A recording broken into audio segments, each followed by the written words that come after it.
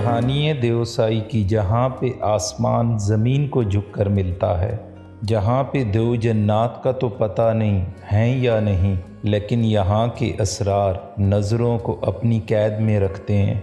यहाँ की वस्तुओं के किनारे खोजते नहीं मिलते।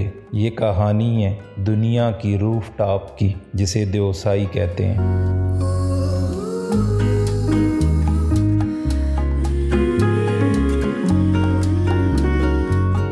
देवसाई जाने के लिए अब की बार हम सफ़र का आगाज़ करते हैं स्कर्दू से।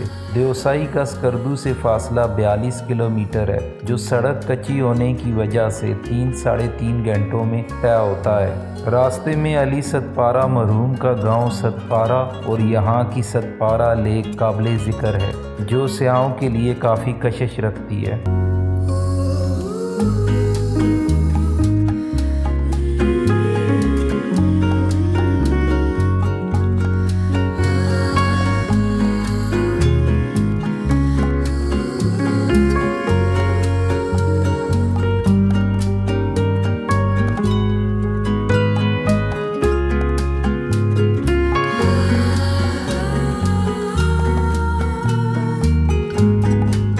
सतपारा लेक से आगे का सारा सफ़र चढ़ाई पर मुहित है, जिसे तय करने में अच्छा खासा टाइम लगता है, लेकिन ये रास्ता रंगों से भरा हुआ है और इन्हीं रंगों से खेलते हुए हम देवसाई पहुंच जाते हैं।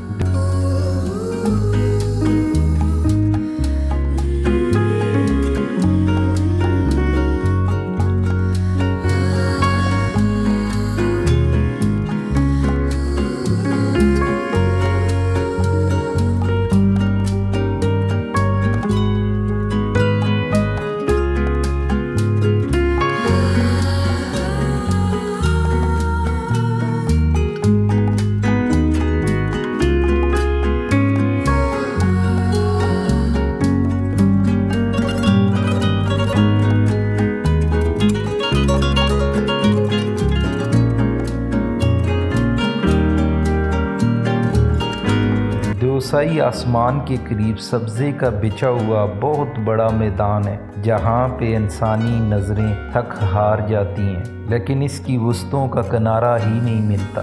आप यहाँ महीनों के हिसाब से घूमते रहें तो शायद देवसाई के किनारों तक फिर भी पहुँचा नहीं जा सकता।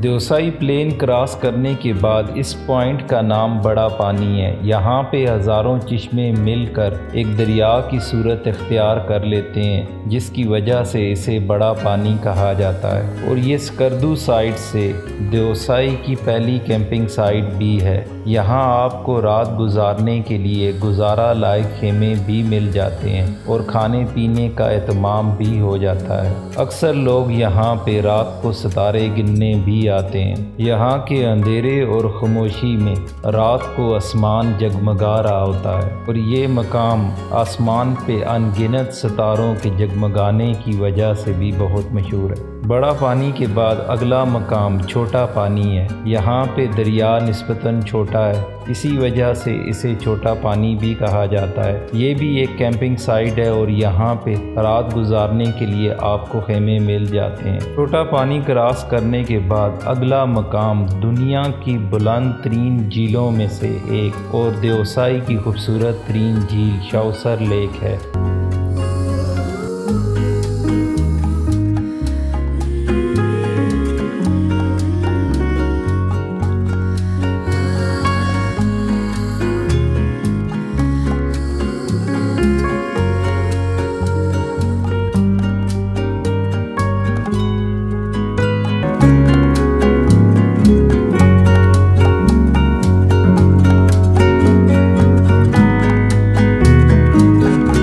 मकामी ज़ुबान में शौसर लेक का मतलब है अंधी झील।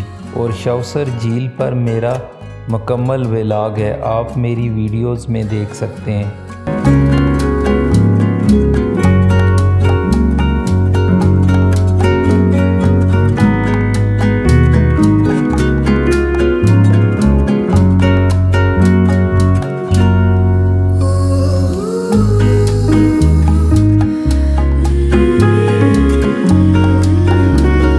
शौसर से वापसी पर मैंने रात अस्तोर में अजीम भाई के घर गुजारी, जो बहुत मेहमान नवाज लोग थे, और उनकी उस रात की मेहमान नवाजी का हम ता हयात शुक्रगुजार रहेंगे। अस्सलाम वालेकुम। वालेकुम सलाम। आज़िमुल्लाह भाई, हम लोग अभी आपके घर में बैठे हुए हैं। तकरीबन हम लोग असर को यहाँ पहुँचे हुए हैं। हमारे राशिद भाई भी हैं। तो आप जो है आप हमें ये बता दीजिए कि सबसे पहले तो शुक्रिया आपकी मेहमान नवाजी के लिए। हम होटल देख रहे थे और आप इतनी अपनाइयत से हमें यहाँ पे लेके आए, तो हमें मोहब्बत इतराम के काबिल समझा। थैंक यू सो मच हमारी खिदमत की। नहीं, आप हमारे मेहमान हैं, आप हमारे घर पे आए हैं, तो हम आपका शुक्रिया अदा करना चाहते हैं। हमें मेहमान की खिदमत करने का आपने मौका दिया, ये मान का हिस्सा, ये हमारी खुशकिस्मती है ना। तो आप लोकल हैं यहाँ के, तो आप बताना पसंद करेंगे कि इसे देवसाई क्यों कहते हैं, आपकी रवायात में, या जो बुजुर्ग बता के गए हैं कि इसका असल मुद्दा क्या है? मैंने अपने नाना से ये इसके हवाले से मैंने पूछा था एक मरतबा, तो उसने कहा कि हम ये कहानी उसने बताई कि देवसाई में पहले यहाँ से रास्ता नहीं था, गाड़ियाँ नहीं आ रही थी, तो पैदल लोग जाते थे, घोड़ों में जाते थे, मतलब ये केल साइड से, ताउबट से, फिर इस साइड से ये रास्ता था, यहाँ से सामान लेके आते थे जो भी खाने पीने की अशिया हैं। तो वहाँ पे फिर देवसाई में गए तो बिल्कुल एक खूबसूरत सा मंजर था, मैदान था, झील था साथ में। तो झील के किनारे में वहाँ पे बैठ गए, सारे बुजुर्ग थे, बैठ गए। तो रात को उन लोगों ने बैठ के खाना वाना बनाया, खाया। फिर कहते कि इस जगह का नाम क्या रखें, जो देवसाई का पहले जो नाम, देवसाई से पहले जो नाम रखने का। उन लोगों ने बैठ के आपस में मशवरा की। मशवरा करने के बाद देखा तो एक चाचा आ गया, रात का टाइम था, बूढ़ा चाचा था, बिल्कुल 100 साल 110 साल की एज का ऐसा कोई चाचा है। उनको पता नहीं था कि ये शैतान आ रहा है। तो उस वक्त आपके नाना जी की एज कितनी थी जिस वक्त आपने?